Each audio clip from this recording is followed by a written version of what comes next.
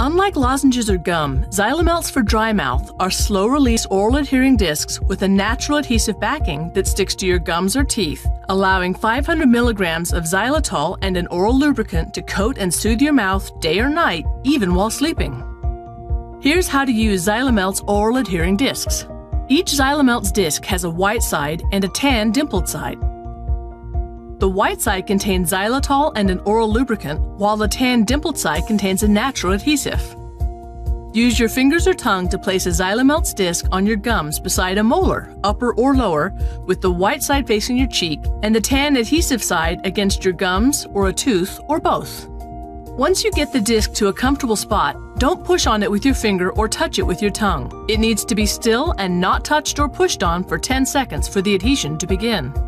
The adhesion will grow stronger over time and reach full strength in a few minutes. Each Xylimelts disc lasts 4 to 6 hours at night and 1 to 3 hours during the day. Times may vary depending on how dry your mouth is.